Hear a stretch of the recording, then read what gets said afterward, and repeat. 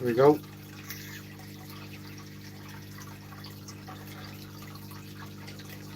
So there's no one here. I just thought I'd do a quick impromptu live stream, and I have no audio kit at the moment. So I managed to. I was having problems with my microphone and the jack, and it came apart as I was unplugging it. I've had a few people message me saying the audio's been bad on stuff, and it seems to be fine on the actual stuff, but then I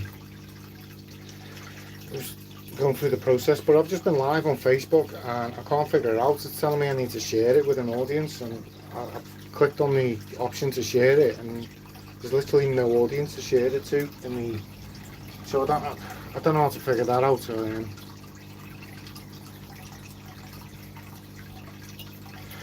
Good morning, Rob. I've just tried going live on Facebook, see how it goes on. Totally different setup, and I don't know. Like you have to, by the looks of it, you have to share your live to an audience, and then when I click on the button to share it somewhere, there's no option to share it anywhere. So I don't know where it is on Facebook, but I was live for a bit, and then I thought, you know what, I'll just jump on YouTube on the Old Faithful and go live and have a chat. So hence why I'm in vertical. I normally go in horizontal, so just me. Alright, Adam. Oh mate, do you know what? The sun's cracking the flags in old Birkenhead.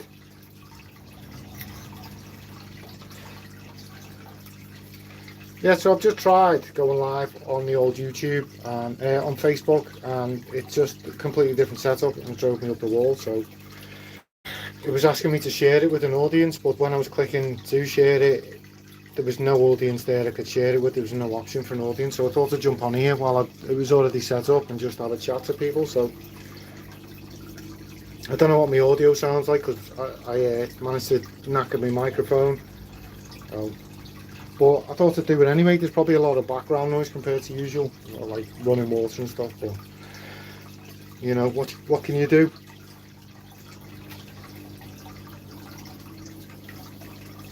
So Frontosa, I've already just talked my head off, but they're getting chased by the shell dwellers.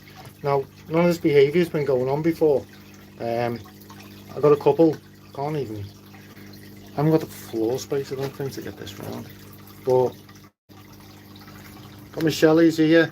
I've got two, and I'm assuming they were both males because they were similar size. So we're going to the 4 to make a colony out of them. I was hoping to breed them. I can't do anything with this stand to get them shells on screen. There we go. That's the best I can do. Ooh. So this bottom, like these two, I've sold them kind of, maybe they're a pair, maybe they're not, kind of thing, but they're both the same size. I'm assuming they're both males. And then the other 4 I've added, 2 of them were shunned away at first, but then 2 were hanging around what I'm assuming are the males.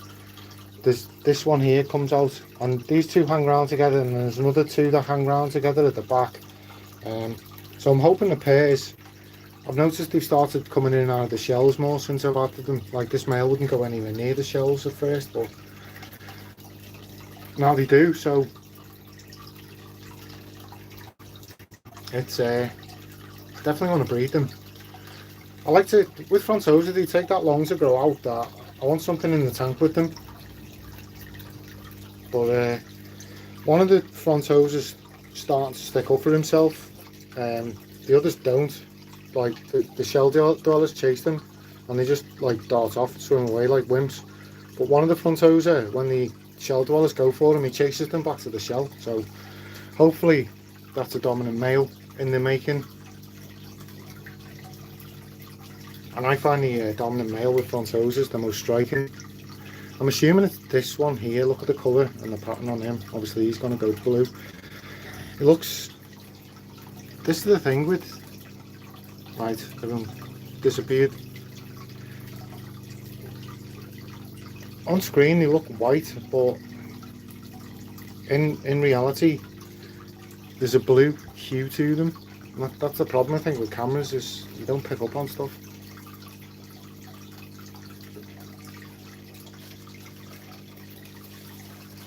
But my philosophy with these has been feeding them little and often, hopefully big water changes. And then what have I done specifically to this tank? Obviously I've added the Siriu stone, which is starting to get a nice little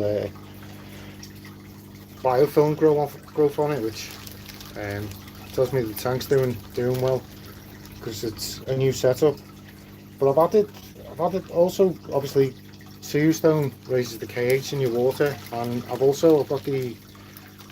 I had an All Pond Solutions canister filter. I'm not a massive fan of canister filters because they don't suit my style of fish keeping.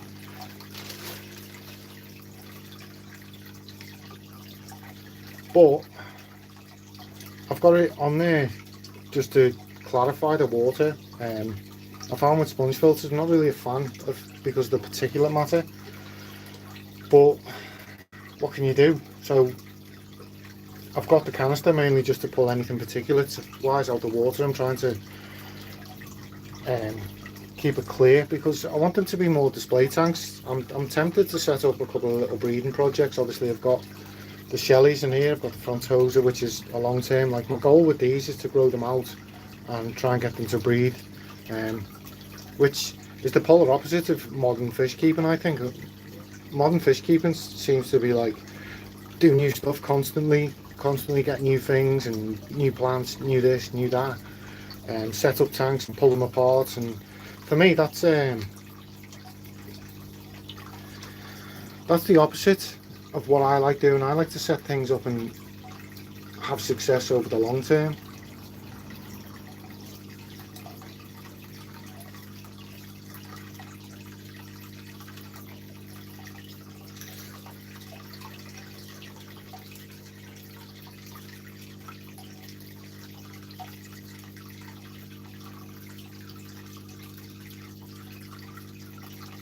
So what else is going? I've got what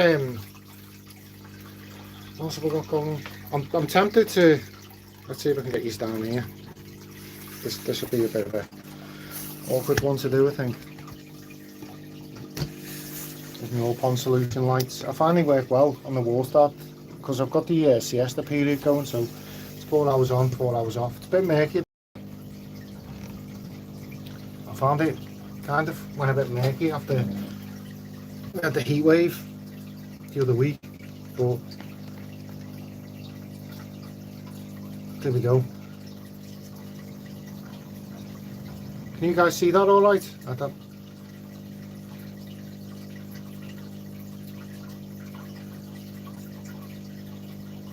look, them two together there, they look like males, and then the rest look like females. But there's 6.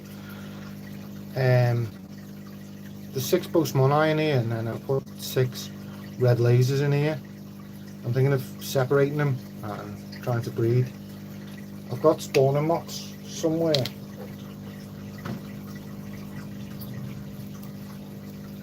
There's one.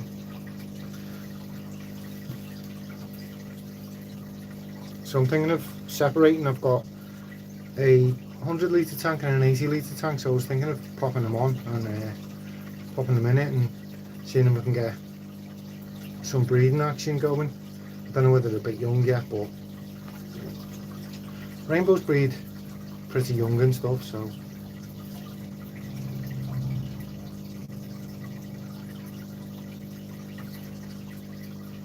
we'll see how we get on with them, I think.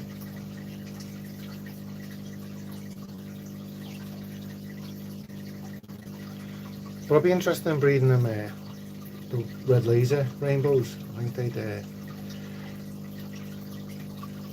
be an interesting project because I've never seen anyone breed them. I've never seen anyone keep them, to be honest. And then obviously I've got the Goyder River in the house. But I've got about 30 of them. I only want 6. I only want enough to get a colony going, and then I'm going to move the rest on. There's absolutely tons of red cherry shrimp in this tank. If I can get down there. There's absolutely tons across the bottom there. I popped a load in and they just seem to have gone mad since they've been in here, so. Hello, Kim.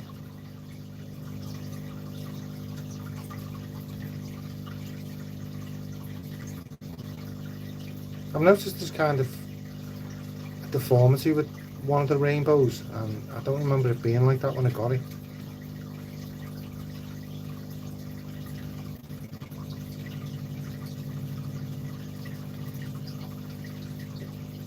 But there's another one in the shop out there, it's like an indented stomach, so I don't know whether it's a deformity or what.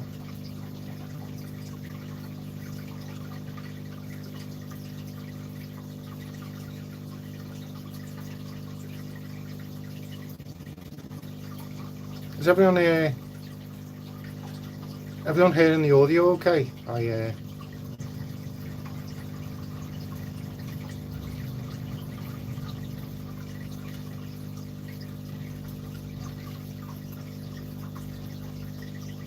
Seem to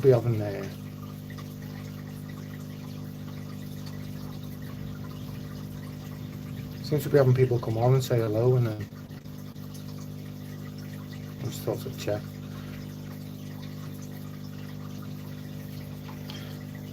But the Valsneri in here's gone absolutely nuts, and then alright Joe, you okay?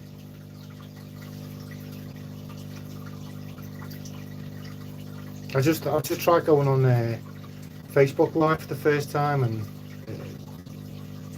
pretty hard to figure out, so I thought I'd come on here because I was already set up, so I thought I'd pop on and say hello to everyone. That's why I normally go horizontal, but I've gone vertical at the moment. Usually get a lot more people in, but the average watch time tends to go down, so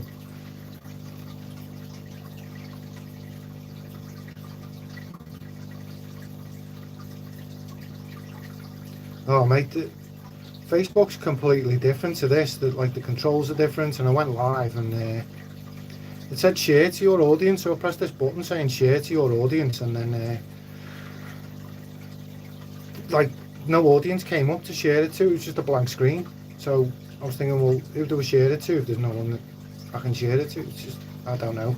You'd think it'd automatically just go live like this does, but when I look at my analytics on my Facebook page, like short form content, long form content and lives, Facebook seems to give you a lot more preferential treatment than YouTube would for doing these things. Obviously the main goal of YouTube is to make video content, so people are competing for that, but I think with YouTube, I think it's more competitive than Facebook, so I thought I'd give Facebook a whirl because I've got a different audience on Facebook.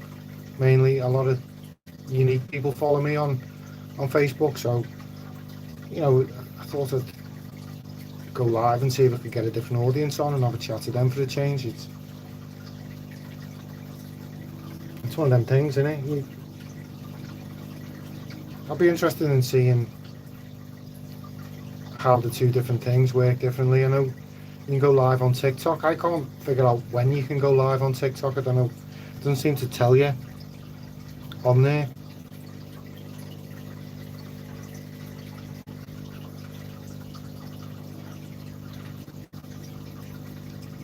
But then TikTok sounds a bit more chaotic on the. I tend to like a more chilled out one.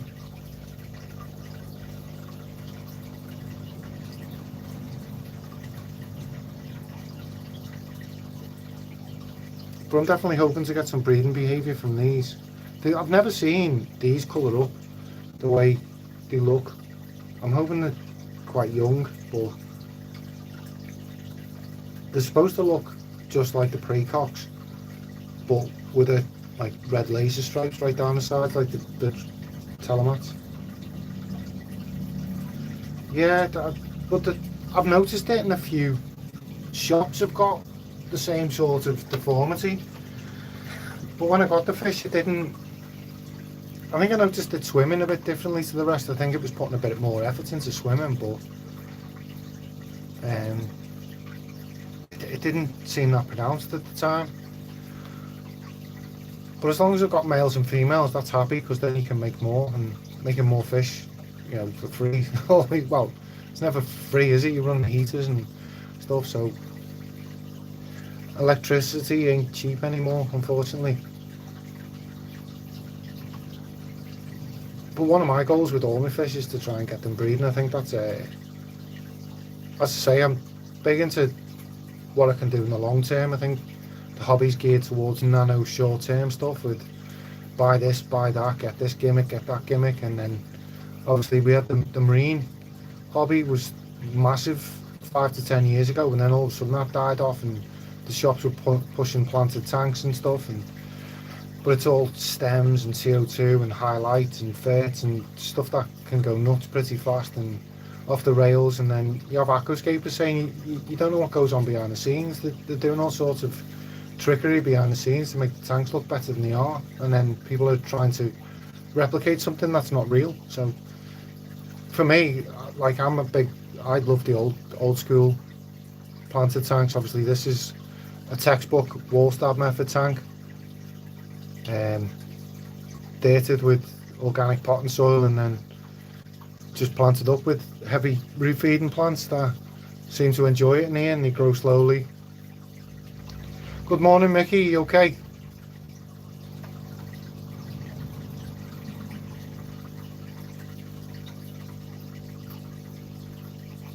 It's nice to get a few people on when it was just an impromptu. I tried Facebook, nothing seemed to happen. I don't know where that video is now. I don't know whether it's live on my page or what, but obviously I've got a different audience on Facebook, and I like to try and share local shops and clubs and hobbyists and stuff. Doing good, chilling at work, doing some holiday clothes shopping. Nice.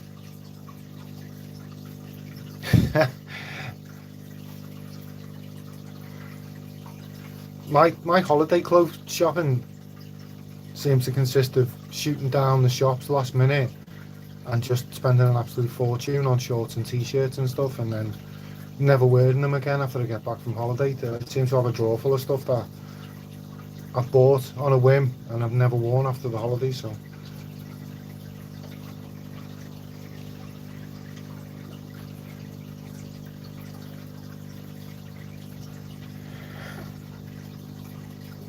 Discount Sports Direct, have £100 voucher. Oh mate, that I was about to say, that's where, like, I raid Sports Direct for my holiday gear. Like, I turn up in Mackenzie everything for my holiday, and then come back and I'm like, I'm not wearing that around town. This duckweed's gone insane. I pulled all this out the other day, but aerial advantage and all that.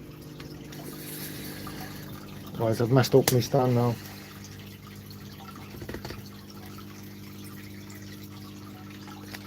Good evening. It's normally evening, isn't it?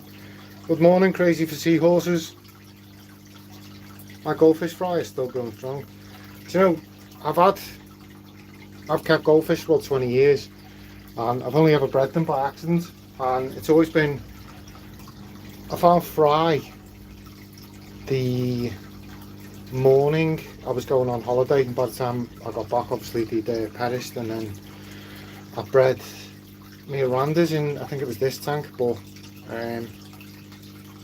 I had no way of getting them, separating them from the parents, so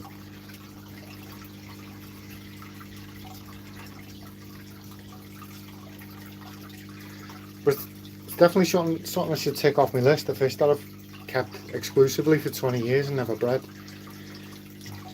Well, Glenn's just messaged me. I've had him on the hunt for me Facebook Live, and he's just messaged me saying he can't find it anywhere on my page at all. So somewhere out there in the fourth dimension of space is alive that probably no one will ever see, unless I have to sit. I'll sit down and see if I can share it, and hopefully people interact with it, and I can figure out what I need to do to get live on Facebook.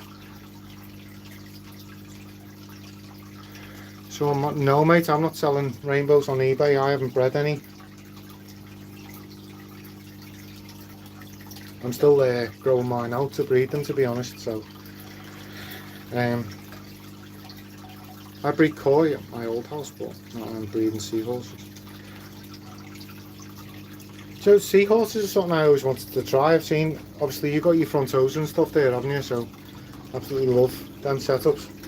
But when I had marine tanks, I always wanted to set up a display refugium and get some macroalgae in there and have a go at keeping seahorses, because people say it's hard to keep them, but I think if you can keep SBS corals, I don't think you're far away from being able to keep seahorses, in my opinion. Or, you know, you've got a decent basis starting point for them. So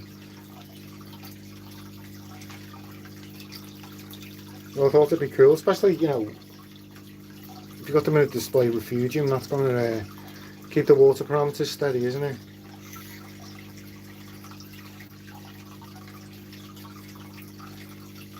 And I had... Nice one, Rob.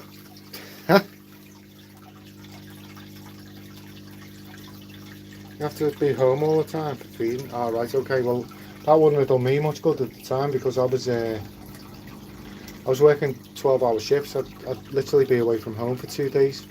Like today look like, the shell dwellers look like I've got 2 pairs. I hope I breed them. I've never bred multis. I've bred, and this is a tongue twister, I've bred Telmatochromis temporalis shell, but they weren't really shell dwellers. I think they go in the shell to lay, and then they'd never go near the shell other than that. So but they're getting really aggressive with the frontosa. But as I say, there seems to be a dominant male who's not putting up with it anymore. He tends to not flinch when they come over, and he'll chase them back to the shells now and again. Damn. If I'm off work, my fish get fed 4 times a day. I give them a little sprinkling of, like, I've got tons of pellets everywhere, but I'll try and get like pellets in, just a little sprinkling, like 3-4 times a day, and then in the evening I'll have tons of packets of. So goldfish will get these, and then I tend to try and feed everything else. Artemia, brine shrimp.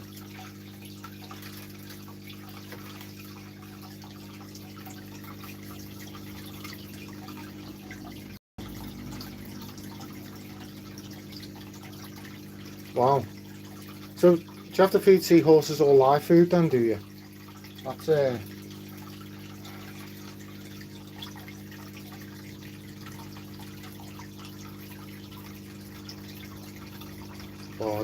I love frontoses.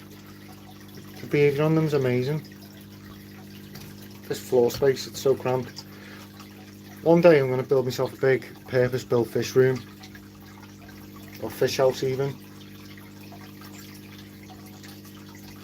Frozen mysis. Do you know, mysis, I always used to feed my fish mysis, and I haven't seen mysis anywhere in the shop for a while. But I used to find it was, once brine shrimp seemed a bit small for fish, I'd try and get them on mysis.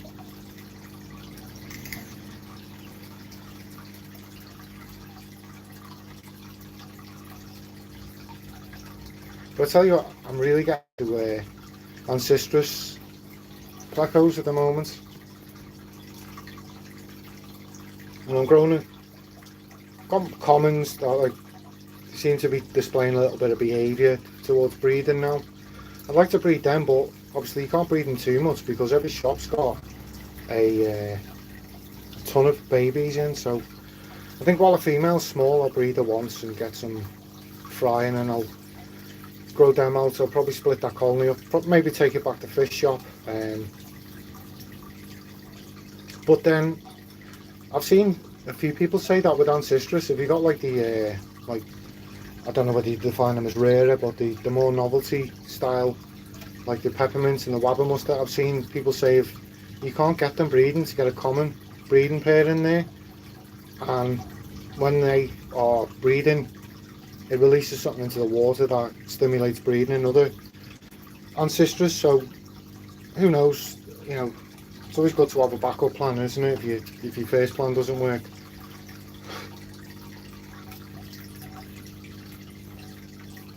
But I'm guessing this guy at the back is going to be the dominant male. He seems to take the least amount of messing off people, and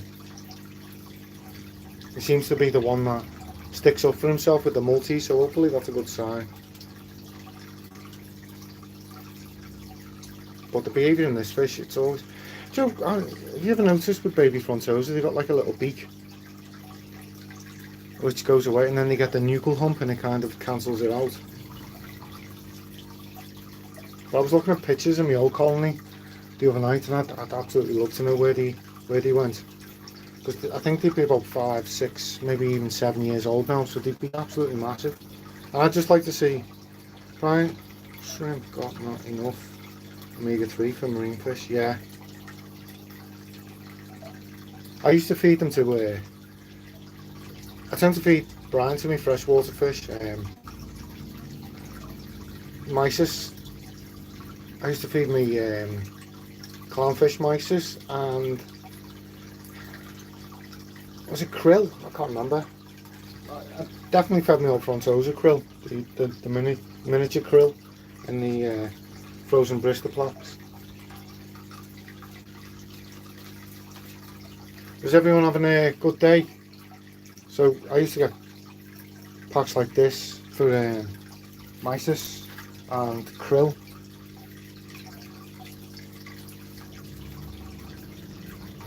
That little gap of light there is driving me insane. I did want to board the outside of this, but I never got round to it, and then I put a pond in front of it. Well, it's not a pond, it's a paddling pool, but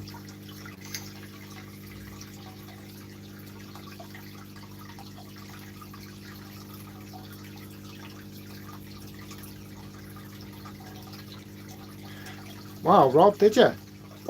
How did you prepare the, can't even talk. Let me get my chair, guys, and sit and chat with you, because I feel very, I don't know how to explain how I feel, but I don't know whether I feel rude standing up, or I just don't feel comfortable standing up while you guys, like, I feel like I should be sat down chatting properly. Oh, okay. Where can I angle out from the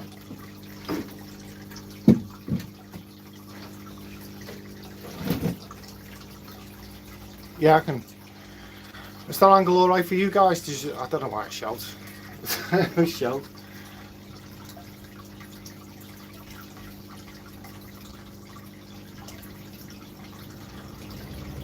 I need to try that, especially for these frontosas.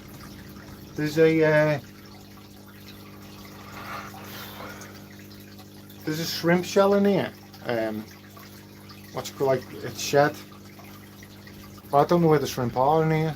There shouldn't be any shrimp in here because I took them all out and put them in the bottom tank. And when I was setting this tank up, I spent most of the day just catching shrimp. I pulled all the plants out and I just spent the day catching shrimp.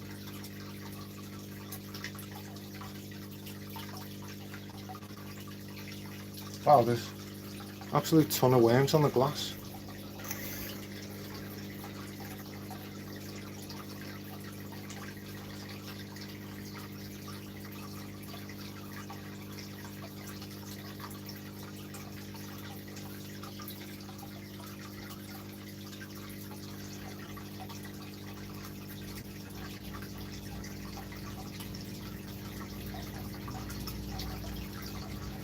Yeah, there's an absolute ton of worms on the glass. I'm going to have to treat with some sort of dewormer, I think.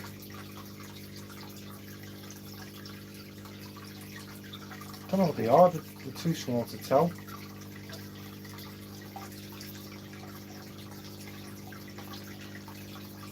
I don't know whether the detritus worm. There's absolutely tons of them, Rob. I've never seen so many worms.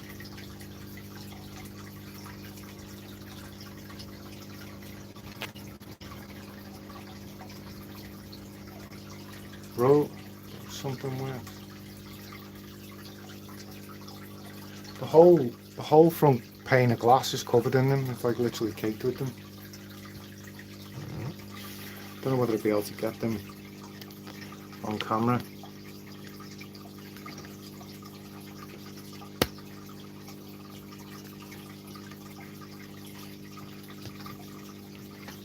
See if I can move. Are they just the detritus where they, like, they're in can you see them on the glass?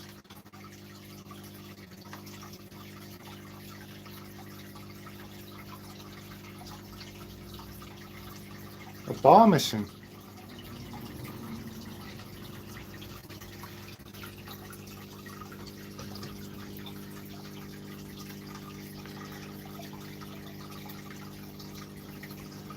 I've never seen that many worms on glass, but then I am feeding quite heavy. So now I'm gonna 2, 4, 6.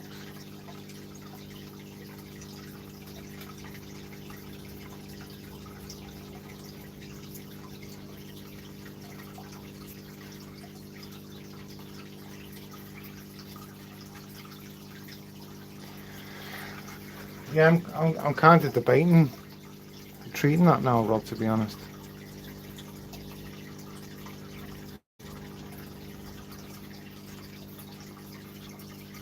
But the tanks are quite warm compared to what I'd normally keep them at. They're at like 26.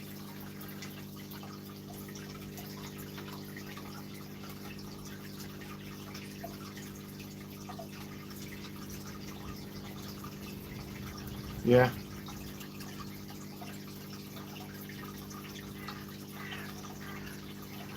Is it this one just coming in at the back? You're saying it's got 5, but I can't get my finger there. Is it the stripe on its face? Because, mate, I've never seen so many worms before. Like the whole 5-foot front. Yeah, it's not so much the presence of worms that worries me. It's the absolute amount of them. I've never seen so many worms in a tank before. Excuse me.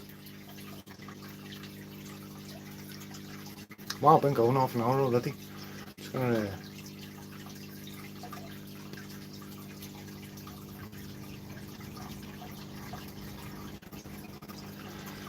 So there was, I don't even know whether to say this, but there was a content creator years ago who was quite big, and kind of started, like, he disappeared, and he kind of started commenting and stuff on me Instagram content, I think it was, and I'm quite interested. I'm hoping he comes back to the hobby, but apparently he left the hobby because of a couple of mental health problems.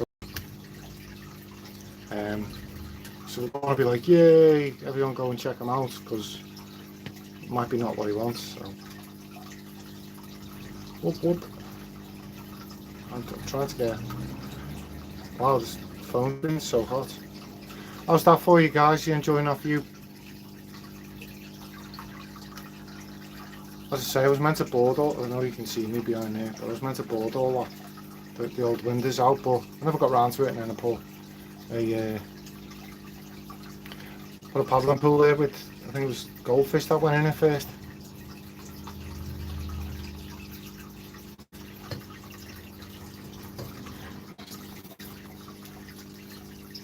It's hard to find a nice view. I wish I could sit in my living room, put my black water on the screen. I'll sit and watch that for hours.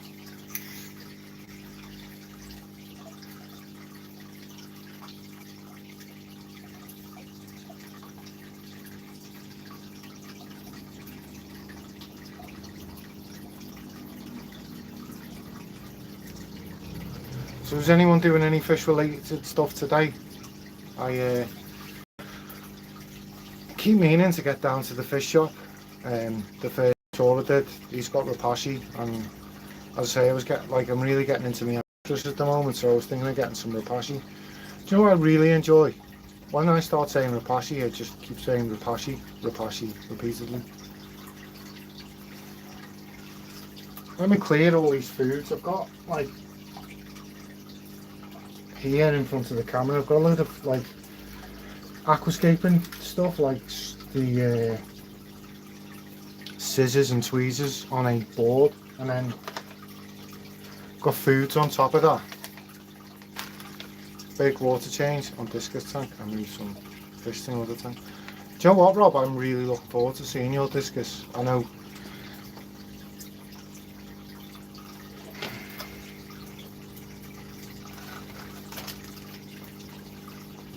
So let me just fill you in, guys. I know I talk. I don't want to overshare my private life on the internet. But I was living in a different house. I bought this house and had to move out for personal reasons. And I left the hobby when I moved. I had to move home. I had to, like, this is the house I own, so I had to move back here. And it's kind of not in the best shape. I've done it all up and while I wasn't here.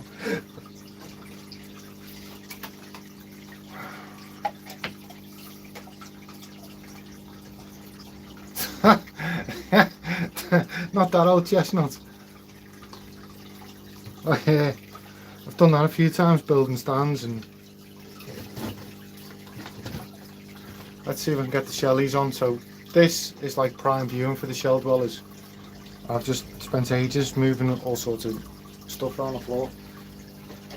But yeah, so I had to move back in. I had to get rid of all my fish, and I had to get rid of my frontosa, which is like the biggest mistake I ever made, I think, because they were nearly at breeding age. And then I set all this stuff up, and you can basically, the black water tank that's in my first video and the fish room, how it looked, I literally set all that up and started sharing on YouTube. I watched one of Big Fish Lad's videos, and I said to him, I want to do that. I've always wanted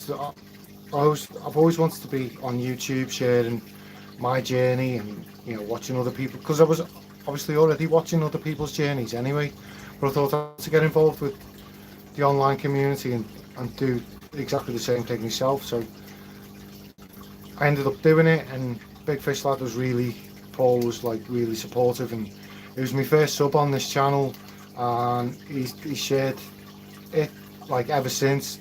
If I ever ask anyone for support, he's the first, or one of the first people. Obviously I've got Rob now and Glenn, who like support me massively on my channel, and like obviously I wouldn't get anywhere. And Jeff Pelham, he's one of the biggest supporters as well. Like if I ask anyone for support, like these are the people who are usually first to reach out and offer support. So, you know,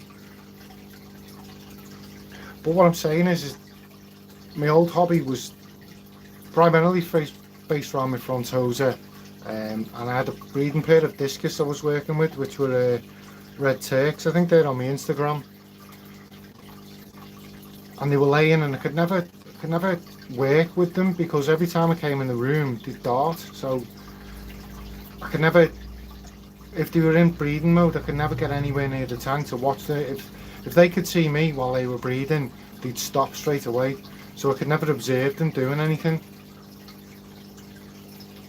But I had to shift them on, and I had, if I'm honest, I was pricing up 8 by 4 foot tanks. Which plastic do you use, mate? I recently picked up 2 big ones, the grub pie and the soil. To be honest, Joe, I was thinking of giving, I had soil and green years ago for my goldfish, and I've tried the Dandy Aranda one for the goldfish, but I was thinking of getting some, the bottom scratcher, which I call bum scratcher, and some more soil and green. I was thinking of giving them a whirl, but it also gives me an excuse to get down to see Paul and see what's going on in the shop, because obviously I've got about 3 shops on the way to Paul, so needing to get rapashi is an excuse to get down there. But I'd say I'm really getting into Ancestris, and I'm tempted to breed them. But as I say, I keep saying as I say. I was looking. I was literally pricing up 8 foot by 4 foot tanks, and I was seriously at the time researching and pricing up to get a pair of rays, and I was going to get, I don't know whether it was pearl or Matoro with the cheap ones. I think it was pearls, and I think they were about 100 quid for a male and then like 300 quid for a female at the time. But I was thinking of getting a pair and seeing how I get on with them.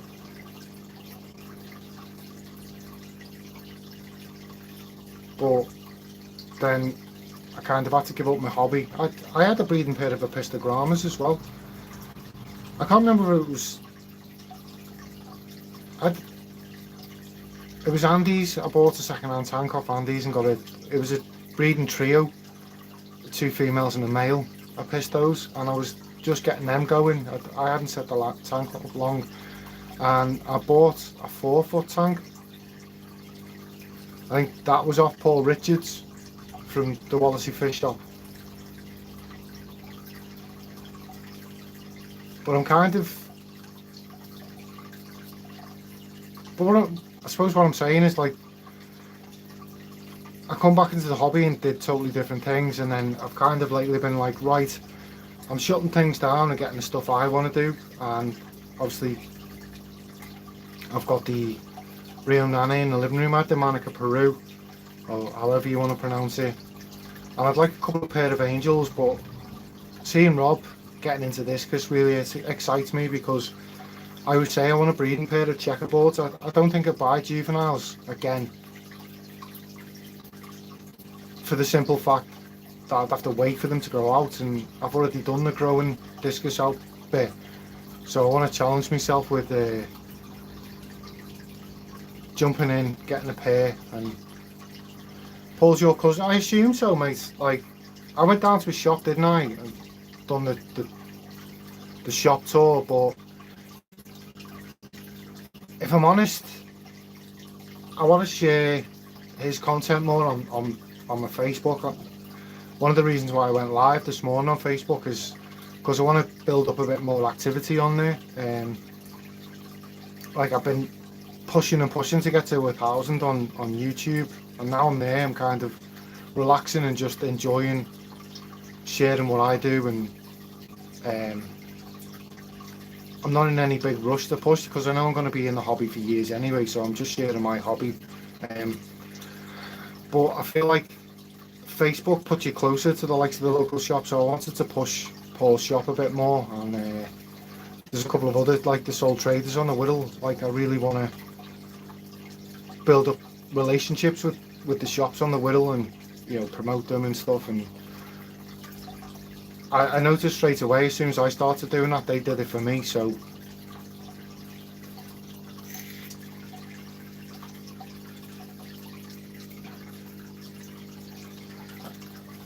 and I said in the video, one thing I noticed about Paul's shop is that the local breeders seem to love Paul's shop.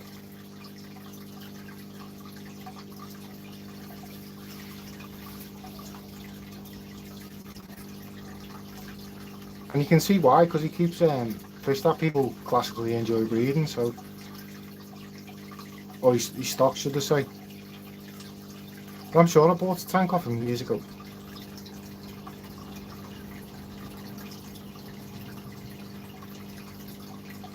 Wow. Has anyone else ever bred these Maltese, by the way?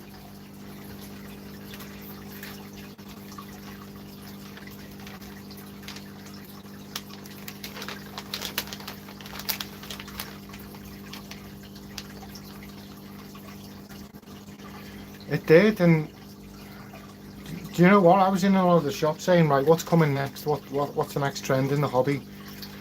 And the shops were like, kind of saying, well, we were hoping you'd tell us. So, but I've noticed, like, the African cichlid seems to be picking back up slightly at the moment, and then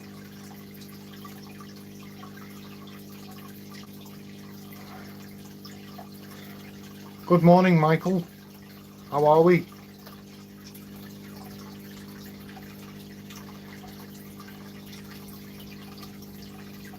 But I'm definitely excited to see Rob get his discus going. Like, I think Rob's gonna fly with them.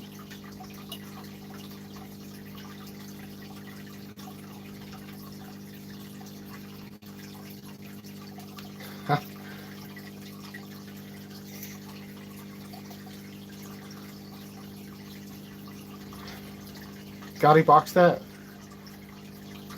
I've reached out to Gary in the past as kind of like on social media and stuff, but it seems quite the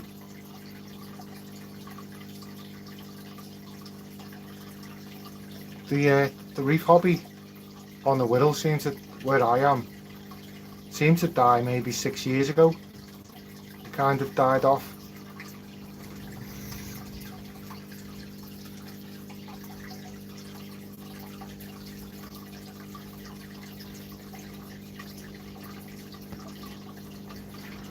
Oh, I love watching his videos on his stock. He's had he was one of the people I just mentioned about rays. He had, I think he had a pair of small pearls, maybe about 6 years ago now.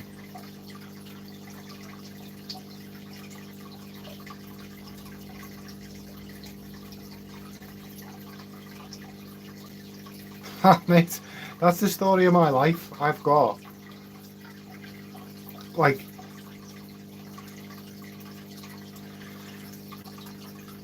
people are like, I don't know, but they're like, look at my drawer. My drawer's full of stuff. My whole house is full of stuff. I've got canister filters in the spare room. I've got lights, marine lights.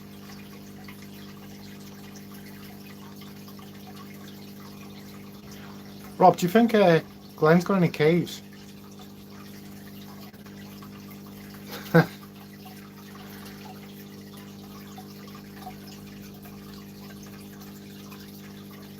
Oh wow, this the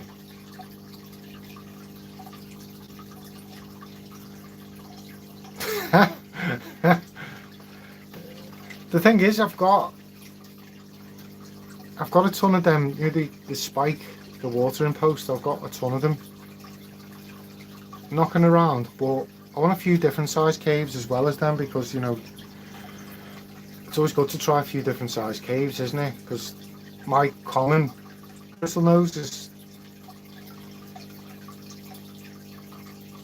the story of my life. I've got stuff all over the house.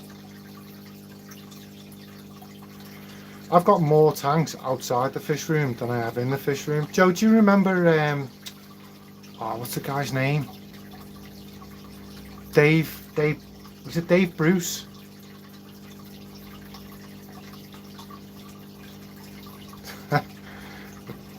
But I've got like, I'll feed my fish, go to the bathroom, and I'll end up putting like a tub of flake in the bathroom while I'm using the loo.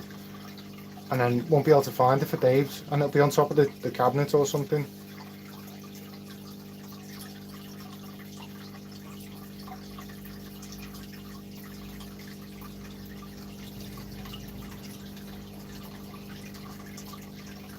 See, that's the thing, like, the female seems to be more interested in the big ceramic cave I got from one of the local shops, but the male seems to be interested in sitting outside the smaller ones.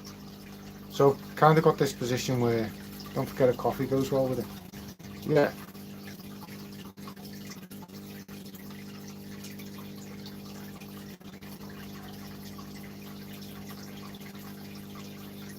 That's kind of got this thing where the female wants to go in the big cave and the males are all sat outside the small cave. So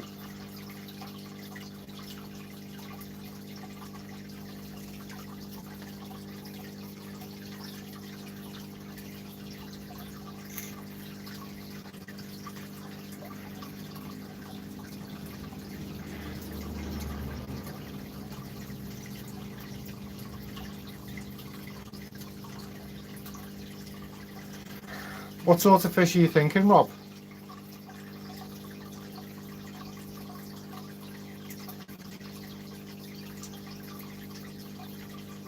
I think where I am locally, people are mainly into breeding the Amazon type species at the moment, the angels, the plecos, cories.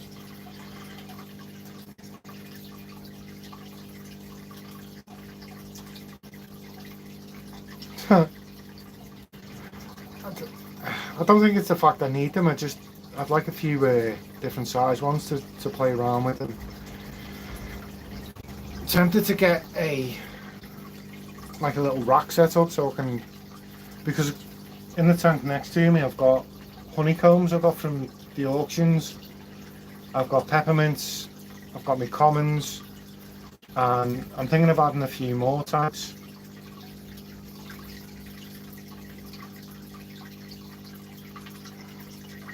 Wow.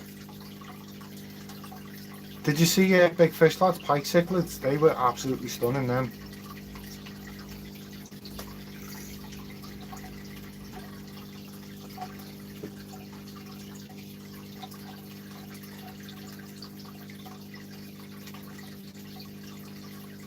Grog tanks. Well, that's the point, and I've kind of got an idea in my head of how I wanted to do it.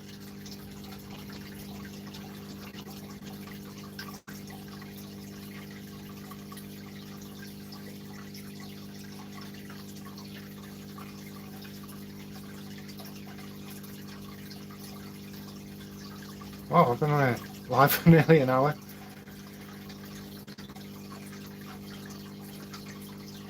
The time flies, doesn't it? What time is it? 11:45. I've had an email from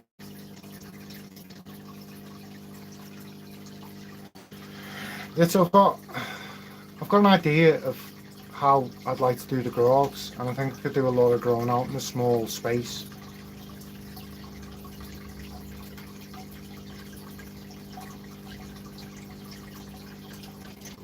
Oh, there I. Fair enough.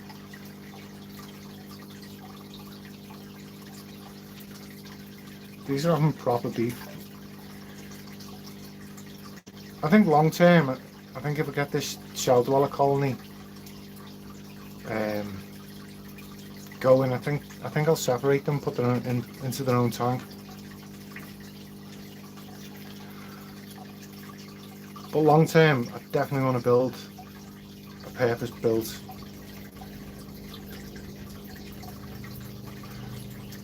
Rob. I know exactly what you're saying. Just like, to me, angels and rainbows and stuff that size, that they're about the smallest I kind of enjoy, and then anything smaller, it's got to be a certain fish, like celestial pearl danios. I love them. Shell dwellers.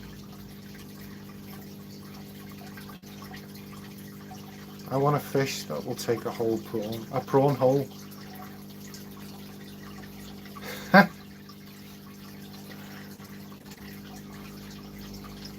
I tried my old frontosa with the raw prawns, and they never really took to them. And there was a guy on YouTube, he was the only guy posting frontosa content about 6 years ago. I can't remember his name now. Is it Joe Kelly Cichlids or something? He just had tons of frontosa. He had like 55 gallons with like breeding pairs in and stuff, and I think they were all Burundi like mine, but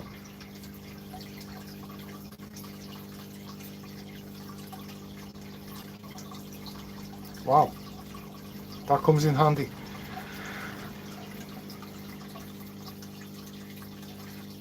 Mike, I haven't got a clue what you're talking about there, I'll be honest. So I think that's the thing with me, and like with fish keeping, is I know enough to know I'm comfortable to not know things. Oh, the snakeheads.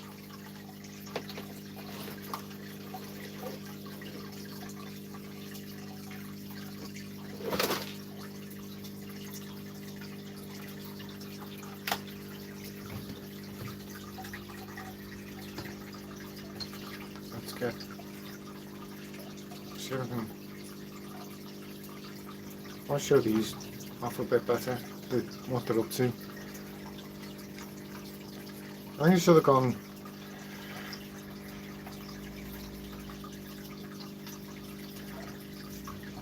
It's green machine. Do you know what? How are we? I was watching your bonsai videos the other day.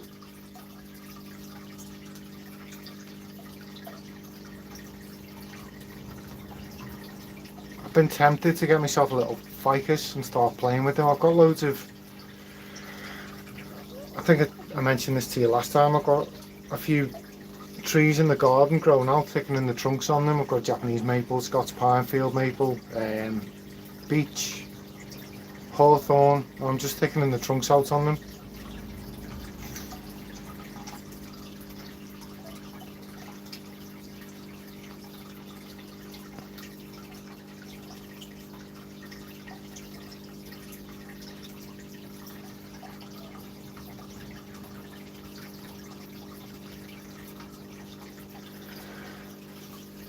The frontosa are my absolute favourite fish. Classically it was goldfish, but since I've kept these, I can't get enough of them. And these fish are staying with me forever now. Something major will have to happen for me to get rid of these fish. If I only keep one fish, it'll be these. But I love the shell dwellers, I love the rock dwellers. I'm hoping these multis get going, and then if I'm honest, I'd like to get some of these shellies into the shops a little bit cheaper than they can get in wholesale, so they can make them available to the hobby, the local hobby, a bit cheaper, because I've noticed since the Lake Tanganyika is starting to pop up in the shop again, the shops, like, the price point's quite high compared to what I'd expect to see them. So I'm hoping if I can get a few different breeding projects going, I can get them some cheaper fish so the lads locally can get them going. I've got I had a pair of I had a breeding pair of Bashadi years ago, and I'm sure it's the same pair that keeps coming back to haunt me. Because every year or two I'll go in a fish shop and someone will be like, "Do you want these Bashadi?" And they're absolutely massive. They look like really mature fish.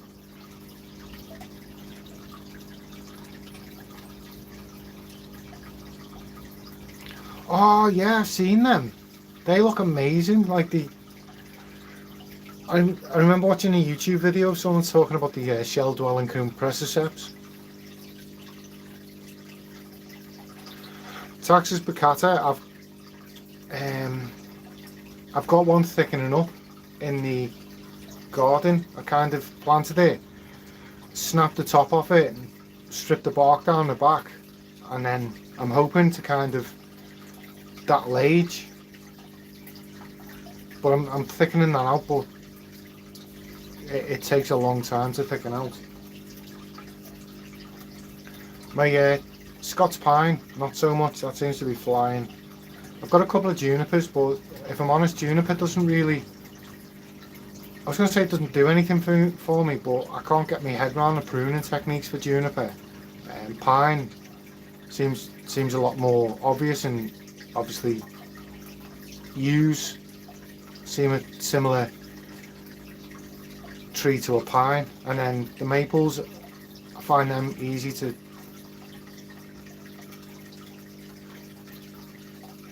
No, I think Tanganyikans are fish that you can flood the market pretty quickly with, which is one of the.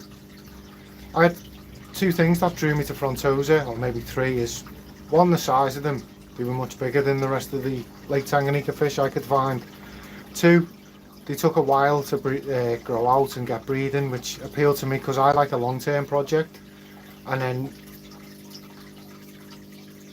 yeah, so that's the main thing that and then that was another thing, breeding, and you'd only get so many. I think off the top of my head I might be lying, but I think there was like, it said you could get like 4 clutches of 40 fry out of them a year. I don't know if I'm right. It's been about 6-7 years since I researched it, so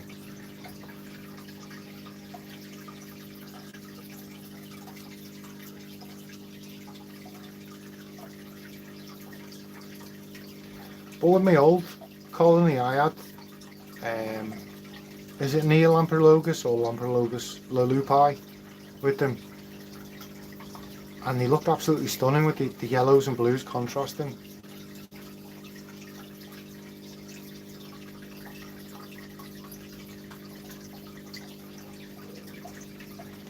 I'm on I think I'm on Jeff's live stream tonight as well, so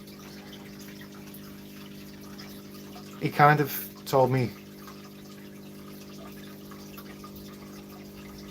he wanted me to kind of come up with something I wanted to talk about.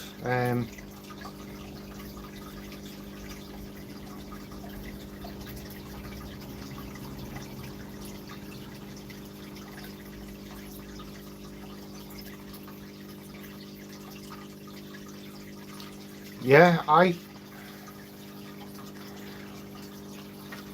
I had a juniper,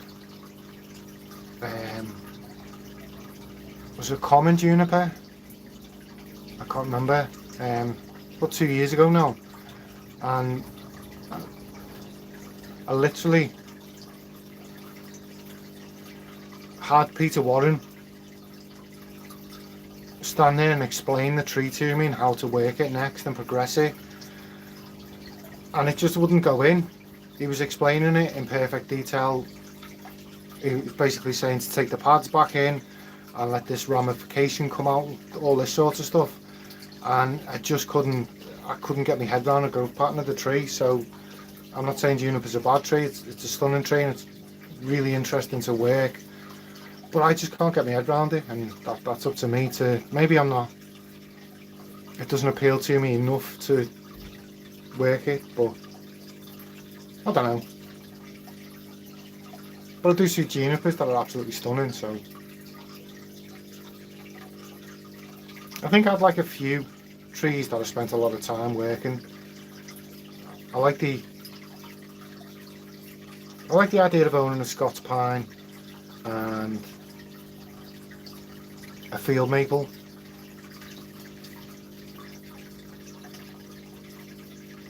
Welcome back, Rob.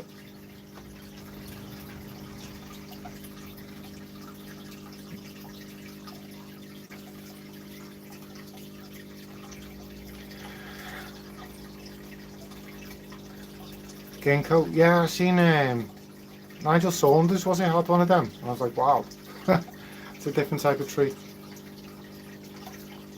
I've got a big bush down there. So, for everyone who watches my content, what's my favourite tank to you out of this tank, me Lake Tanganyika tank, me Wallstad tank, and me Blackwater-ish. I call it Blackwater-ish because I do too many water changes and the water's clear, it's only the light's dim that makes it kind of look like a Blackwater setup. But I should really get the tannins up in there. But I'm curious to know what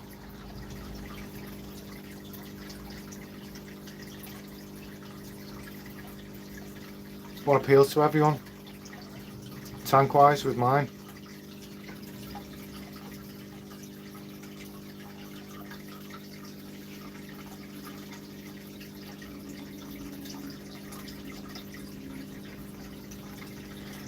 Yeah, definitely. I think the only fish I'd get rid of these for is a pair of black diamond stingrays.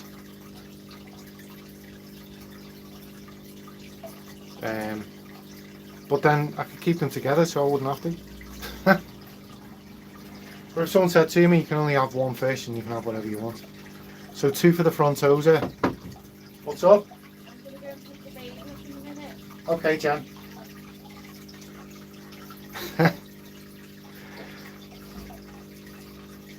So I've got 2 for the frontosa. That's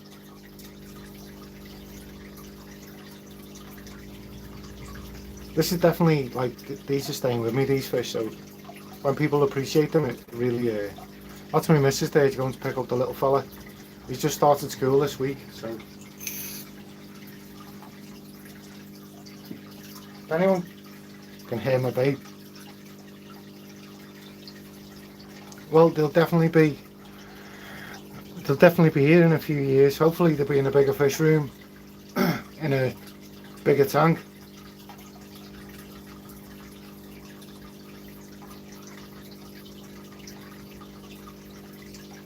I don't really, this is a 5-footer. It's a 5 foot by 18. I've got a 5 foot by 2 foot outside. So it's the same size as this. I bought them as a pair, except it's like 6 inches deeper. Need resealing. It's in one of my first videos on the channel, but I'd like to get them in that, because I feel lengthwise, I feel like the tank's big enough, maybe another foot. I'm going to keep my eye out, and I'm comfortable resealing the tank. I don't know whether I'm comfortable resealing the tank that big, but these tanks, if you look, they've got glass plates around the edges, which makes me feel a bit more confident resealing them. If it was just like the 4-footer beneath, where it was just all the pressure of the water on the seals, I don't think I'd be as confident. But I definitely would like a bigger fish room. Okay, so we got that question with what's my favourite tank. So one of my tanks, if you think of my tanks I've just mentioned, what would you add to any of them? If you had my tanks, what would you add, like fish wise? Or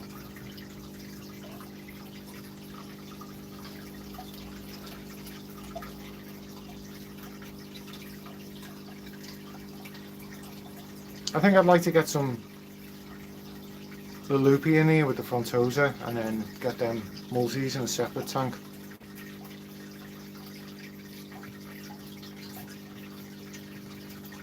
It's not, do you know what, guys, it's nice to be off work and just sit and chatting to people.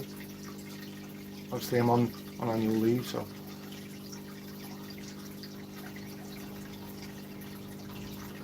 I did used to have my frontosa in the tank that is now it's an aqua reef, and it's now the Blackwater tank.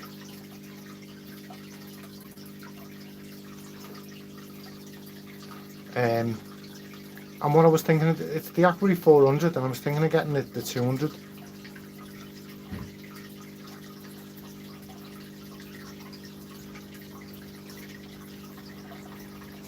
Oh right, that's actually an interesting. I've got a marine light upstairs,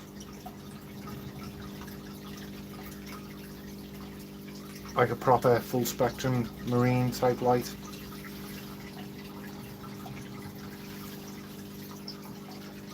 But then I've got these, the full spectrum LED, the Hygers over there, so I could probably adjust the temperature, take the Kelvin up past 10,000, get some blue on them.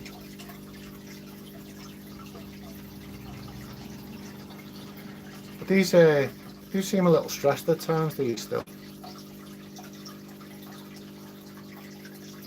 But that's fascinating hearing that Magnus was breeding the shell dwelling type Copreciceps.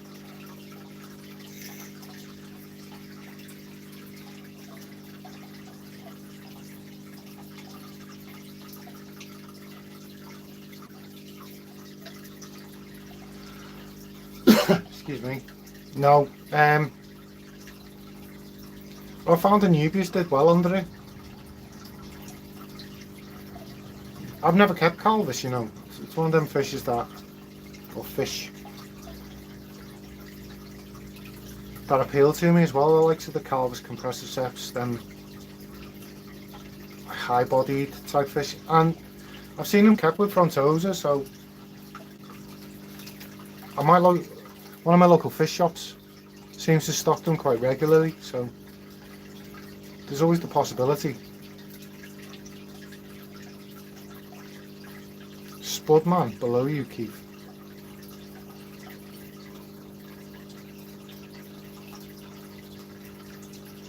Yeah,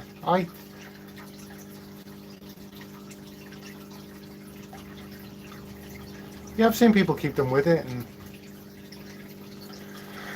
but if I'm running, I've run blue lights on planted tanks before, like Lake Tanganyika tanks with plants in, and what I tend to do is kind of play with them so it kind of adjusts. So there's during the day when the lights are on, the plants are getting the light they want, and then kind of when I get in from work and there's people in the house, I've kind of ramped the blues up a bit more then, so I get to enjoy the colour of the fish a bit more. But it's stuff you can play with, isn't it? But I've got a terrible habit of just putting plants in and catering for the fish, so I find like hardcore planted tank guys will shout at me for it.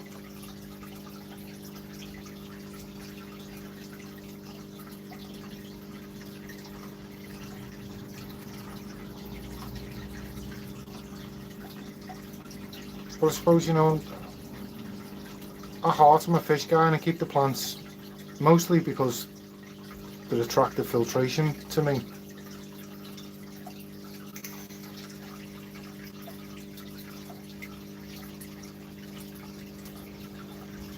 Excuse me.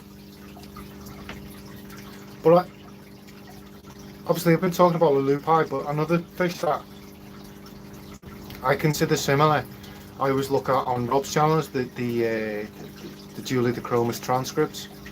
They're absolutely stunning as well. I like the particular pattern on the transcripts.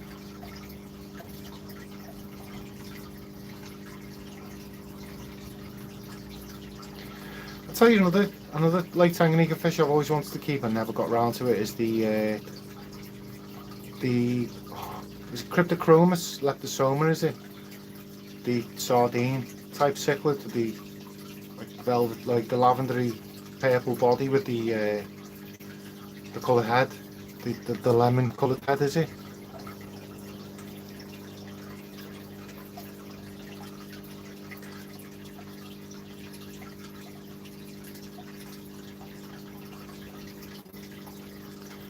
Yeah, there was a guy on Instagram probably about 6 years ago. Probably I went on Instagram, set up my account and called it My Tanganyika Tank, and then as soon as I got on Instagram, I found another guy called My Tanganyika Tank, and he had the community tank, and his rockscaping was amazing. It was like it filled up maybe a third of the tank, just like one massive rock structure, and then he put like a deep sand bed, maybe at least 3, maybe 4 inches at least in the tank, and obviously he kept like a lot of the smaller.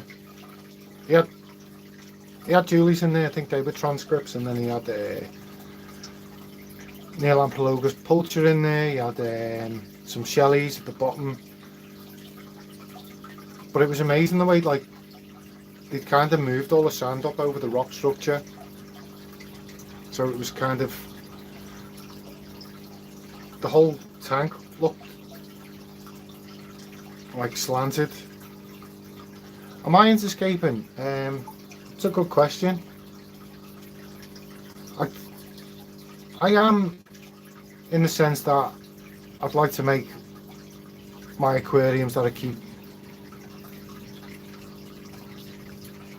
I'd like to keep the aquariums I keep my fish in. I'd like to look visually appealing, but I couldn't ever go into the hardcore aquascaping where the only thing that matters is the look of the tank. It doesn't. That side of the hobby doesn't really appeal to me. It does me watching other people do it, and you know, there's that itch from the likes of bonsai. I think a lot of the techniques and stuff kind of overlap, or you know, they kind of, there's that visual. I don't know how to explain, but there's that, for me, there's a crossover between the likes of aquascaping and bonsai.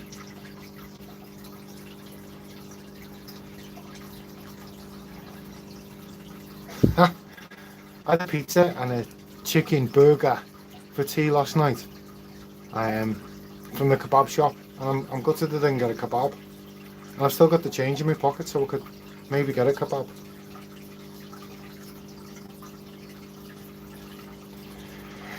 But aquascaping, it appeals to me,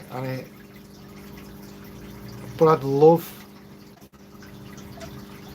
to work on scaping real fish tanks, like at a Lake Tanganyika community tank. I'd love to scape it so it looked amazing visually, and a blackwater tank so it's kind of like, oh, what's the word?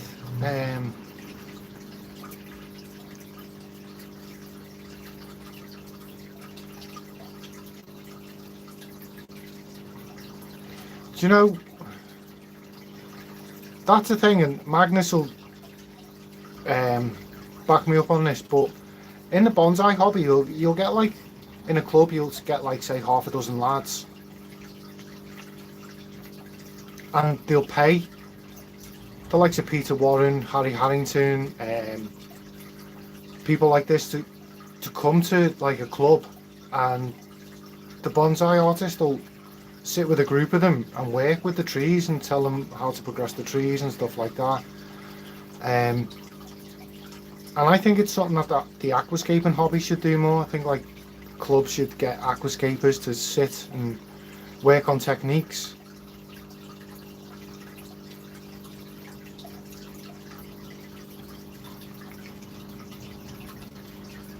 It's funny because we could, like, this, it's a rabbit hole. I was thinking of getting a, what was it? It was a bowl, and I was thinking of planting it up and using it as a kusamono, you know, like an underplanting for a tree.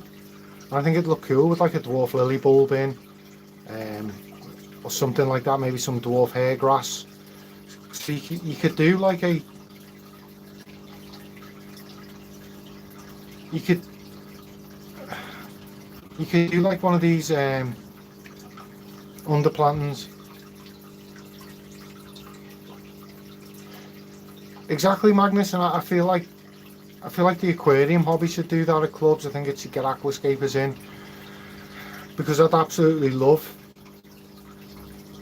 to apply aquascaping techniques to my fish tanks, like proper fish keeping fish tanks. Like this tank, imagine it like all scaped out with, like, I've kind of, you know, with the rock structure, kind of like added, I wish I had more floor space, but I've kind of like, wow, my phone's hot, you know, kind of, I wanted to give it like what I call a superhero pose, so they're not just static rocks. I wanted to kind of get some structure in it, and then, you know, I put an arrow deliberately, hoping that this is where the front toes would hang around from the shell dwellers, but ironically they didn't. They kind of sat here in the middle, which is right on the edge of the shell dwellers territory, so it just terrorizes them. But then the flow's here, so I don't know whether the flow of the waters.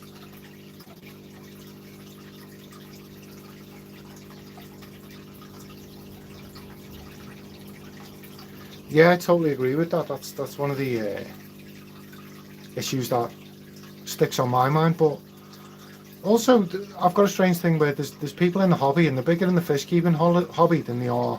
They'll have a couple of bonsai trees, but they'll go to the bonsai clubs, but not the fish keeping clubs. So there's always that. I don't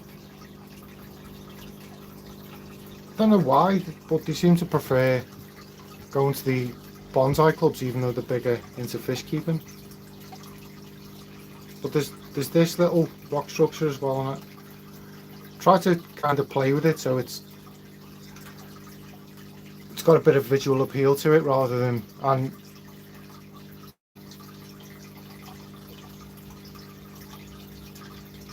that's interesting though, that MD does that.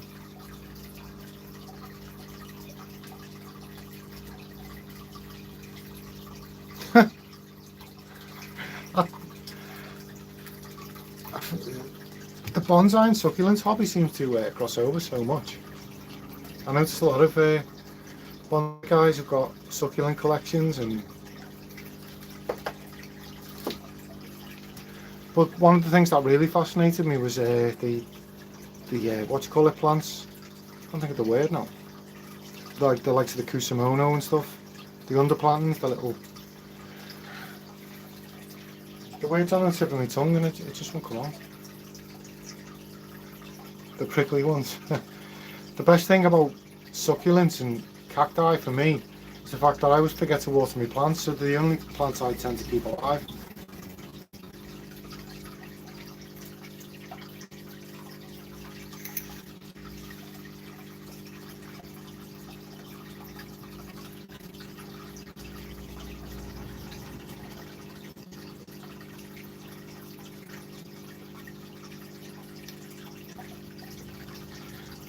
The mad thing is though, is like I'll go on a live, and because I'm just sat kind of stationary, just chatting away, I see a lot of behaviours in my fish that I don't see moving around and doing maintenance or feeding and stuff. So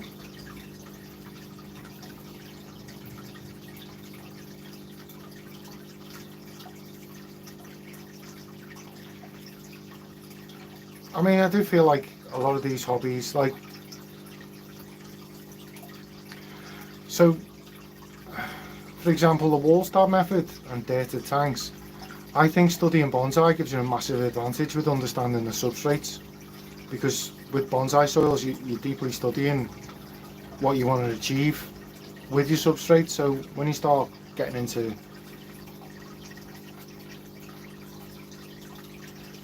definitely. Well, I love what I don't have to remember to water my plants. I was just about to, I was trying to come up with a witty quip for that.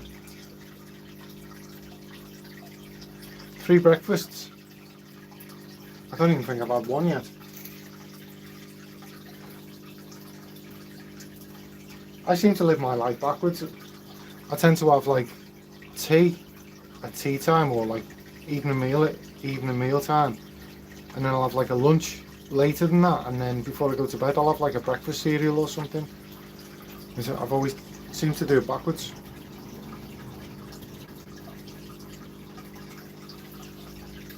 That line down the middle of the screen there is like rather unfortunate.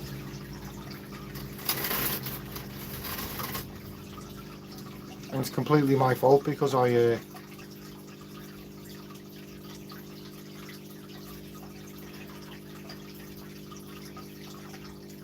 trimmed the piece of polystyrene styrofoam a little too long. I think that's a better.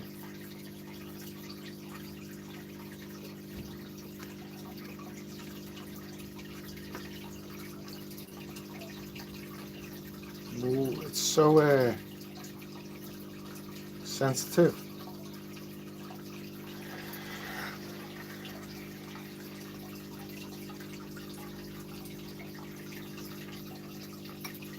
I definitely think for me I'm definitely going to go down a wormhole with Ancestris and bristlenose kind of catfish next.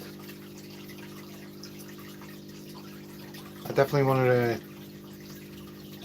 collect a few more Lake Tanganyika type fish.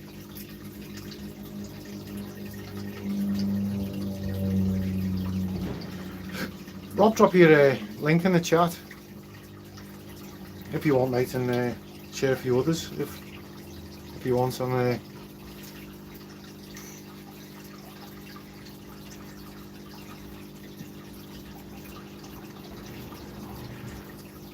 like I've had this mad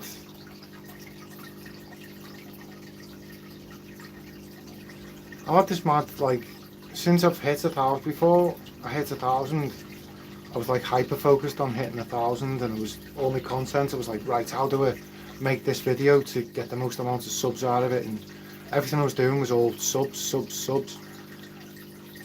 And since I've hit 1,000, I find I've really relaxed, and my content now, I'm like, what can I do that the people that support me enjoy, and it's made YouTube for me a nicer experience because I was so focused on that hitting 1,000. I don't think I was enjoying it, and I think I was stressing myself out over it a lot.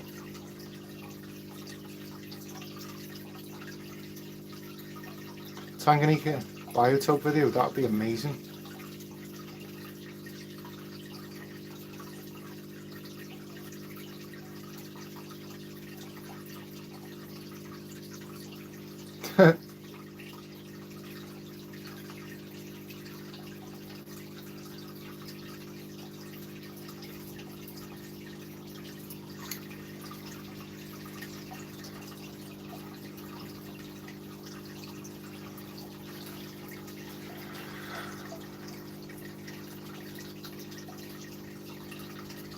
Podcast Tanganyika.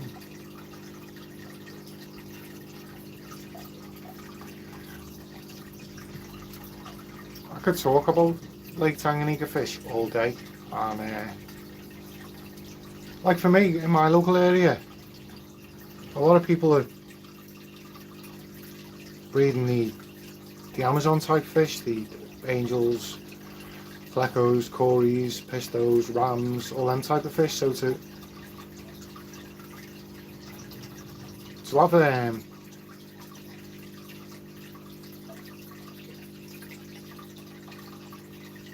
interview with some African dude who fishes on Lake Tanganyika. Dude, that's funny because when I had my front toes and I was sharing them,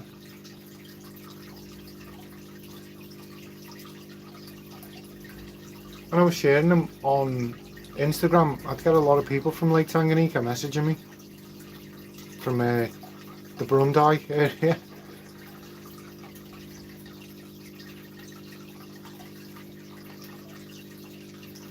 I also had a guy from Nigeria reach out to me to tell me he had 100 Krenin ratans that I could have, but I had to order in bulk, and the more I ordered, the more I could have. Oh mate,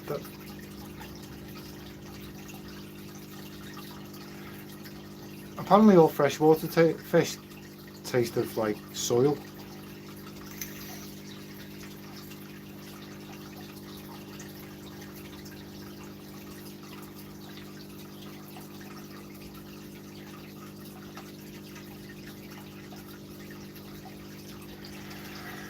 Zaire. I'd love to get something like Zaires or Impimwis, but they're more like Gibberosa type fish, aren't they?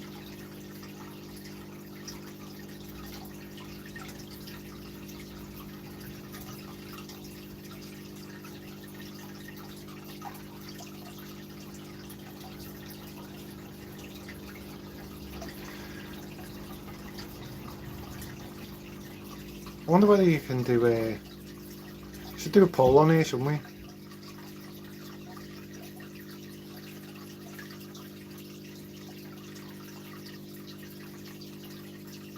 That'd be amazing, wouldn't it?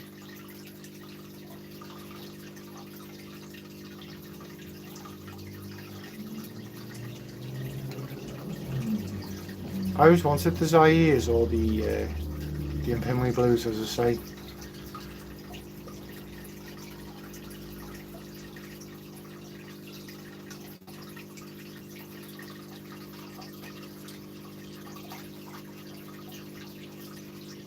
My shop always gets the puffers every now and again, but like they'll come on the list every now and again. I think I said it in the video. So the fish will come on the list, and they'll order say a dozen, but like only half of that will turn up. Which it's a shame for the hobbyist, isn't it? If you've been after a fish for a long time, and your local shop kind of thinks to itself, well, I reckon there's say like a dozen people locally that want that fish, and they order them and only half a dozen come in. It's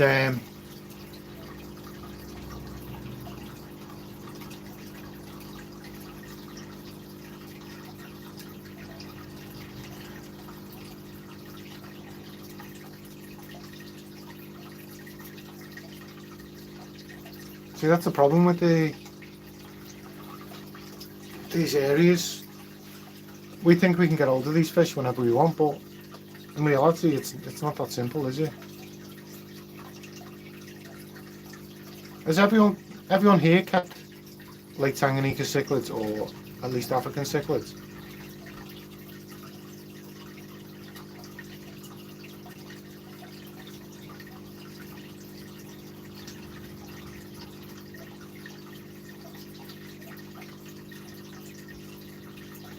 Yeah, I'd definitely be interested to see what's to come.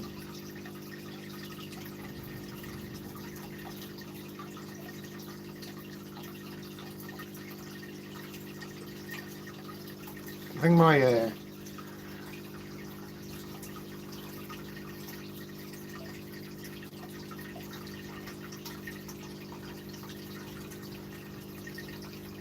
hello there.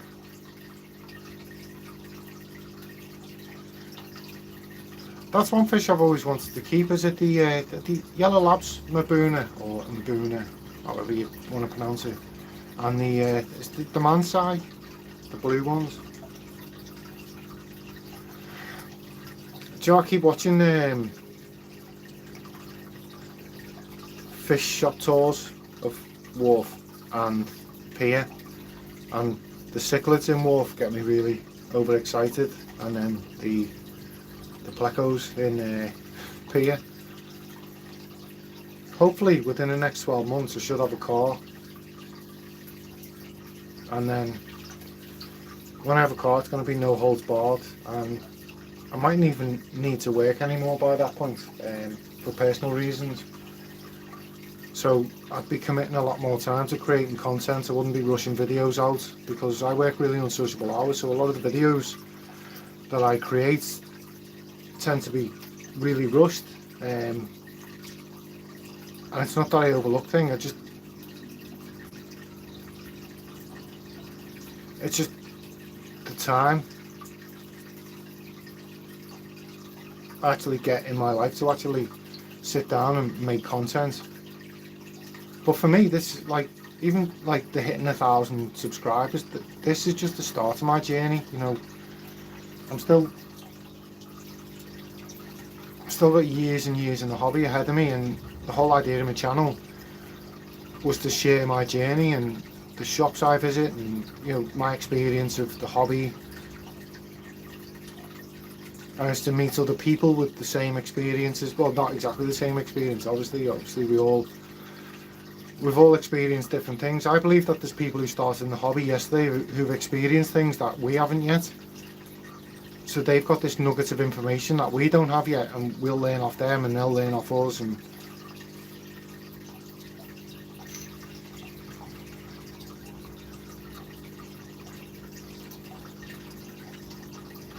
I think the Malawi cichlids was massive around my area probably 10 years ago, just before the reef keeping. I think the reef keeping hobby killed off the Malawi hobby in the area, but everyone's like really strict on line breed, like keeping the genetics line bred in. So they'd all have fish rooms full of like one type of fish.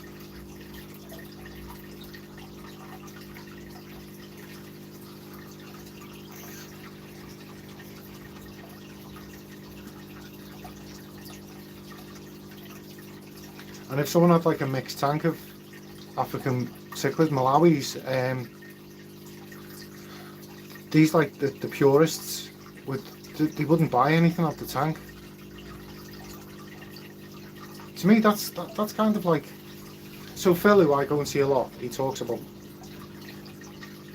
Cheers, Rob. I'll hopefully see you later.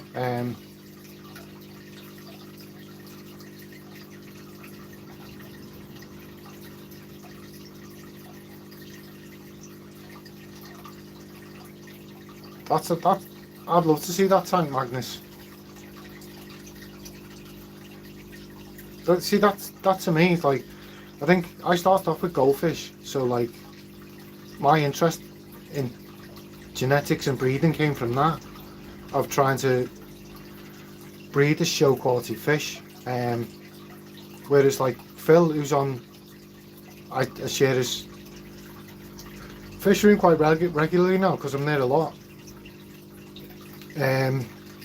He's interested in like finding like genetic mutations in his fish and then breeding to express that mutation. Like if he gets like a Pinoy type expression, he'll want to kind of breed for that. He's done it with the Bulgarian seal points.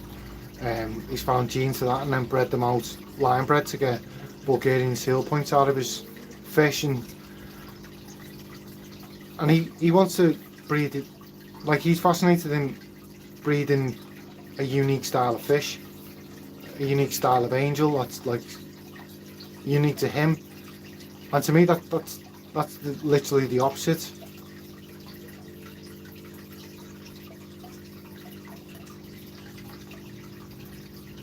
Yeah, like what got me into plants was fish.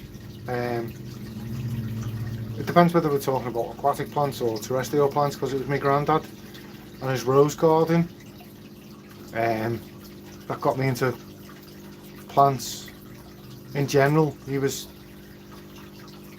avid rose collector. We had some rose bushes that I'm sure were like 50 years old.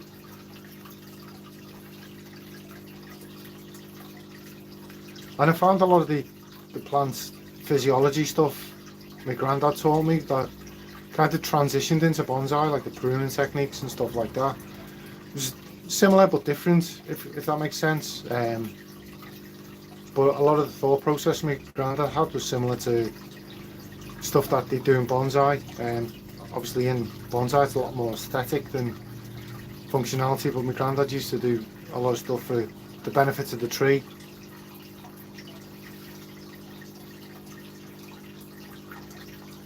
I started with my Bruno, being only into planted tanks since a year or 4 now. Yeah, it was keeping fish and seeing like the wall stab method and learning that plants purify the water. That's what attracted me to plants, and then you get the itch, don't you, and it kind of snowballs from there once you get that itch for plants.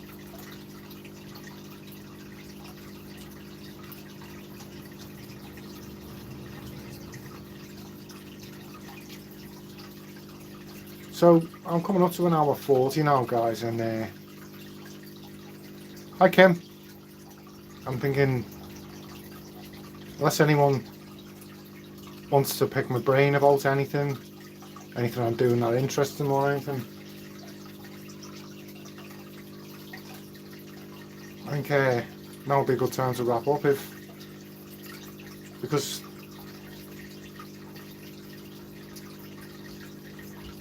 yeah, I love planted tanks. I like the old school ones. There's a guy breeds angels and discus near me, and he's got like a proper old school planted tank, which is swords, Anubia, stuff like that, which I consider quite an old school style setup. But he uses it as his, I think it's a 5 or 6 foot, and he uses it to grow out stuff. But I love that style of planted tank with some wood in, and he literally puts his swords in pots in the back and then wood in front of it and a bit of rock, and then pots his Anubias on the wood and Java fern, stuff like that. I find all that really appeals to me.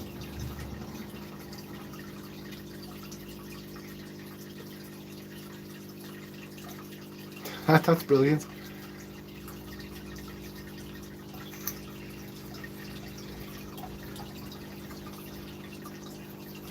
See, I find for me it was it was my friends in the hobby that pulled me towards the marine side of things.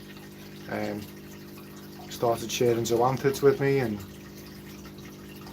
soft corals, and then all of a sudden I kind of just binned all that and went straight with the hard corals, and had about 3-4 years of fun with hard coral.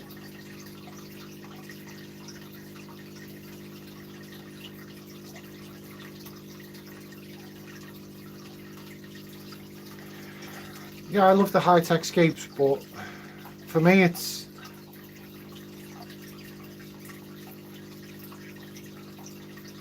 the, I'm a fish keeper primarily. Like I love fish, and behaviours and breeding and stuff. So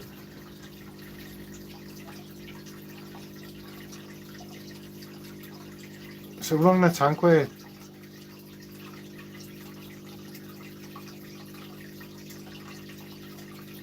keeping a tank where the plants come first, it's a bit, it's not as appealing to me. Well,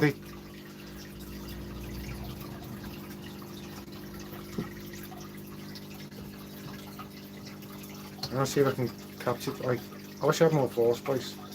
And this screen's so sensitive. But if you look in the bottom corner, the shellies are digging under the sponge filter as we speak.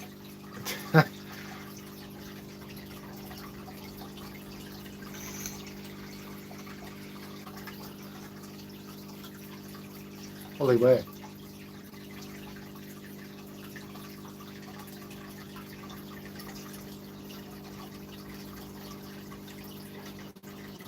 Yeah, I totally agree. Like that's my total mind frame. Like the ecosystem, I think people. I had LPS and SPS, now back to softies and honkies. It's nice to have low main. I totally agree. Like I think I've got a ton of live rock knocking about, and I think if someone offered me a load of zoanthids and a rose bubble tip, I think that would maybe tempt me back into the hobby.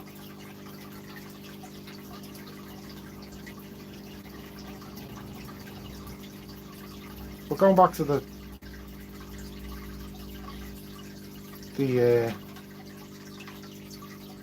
plants, I think people use the term ecosystem wrong in the hobby. Like, compared to how I define it, I define it as the process of processing nutrients, whereas a lot of other people use it in terms of like a habitat. Like I don't really necessarily focus on ecosystems, if you like, from that point of view. And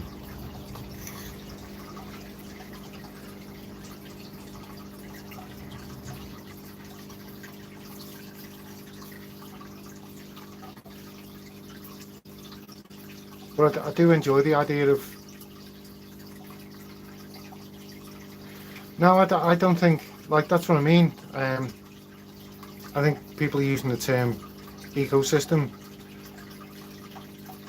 in a way that, like, for me, it's all about the processing nutrients into plant. That's the only type of ecosystem I'd ever try and replicate, is that processing the nutrients into fertilizers. And similar to, I was talking about my video about Tom Barr's method of, obviously the estimative index, and I feel like if you work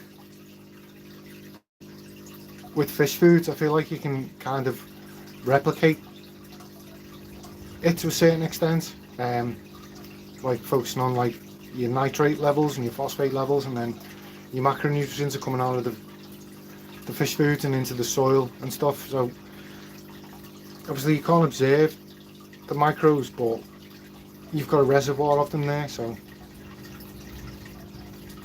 see, I totally agree with that statement. We have to feed it so it isn't an ecosystem, and we have to take water out and replenish it. So, but guys, I'm going to leave it.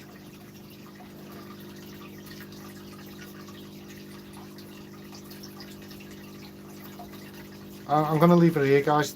I totally agree with that statement, Mike. Coming up to an hour and 45 now, and I'm pretty much talked out on. And I've got to go back live with Jeff later. So, right, guys, take care. Enjoy your days. Get your sleeves wet, and have fun.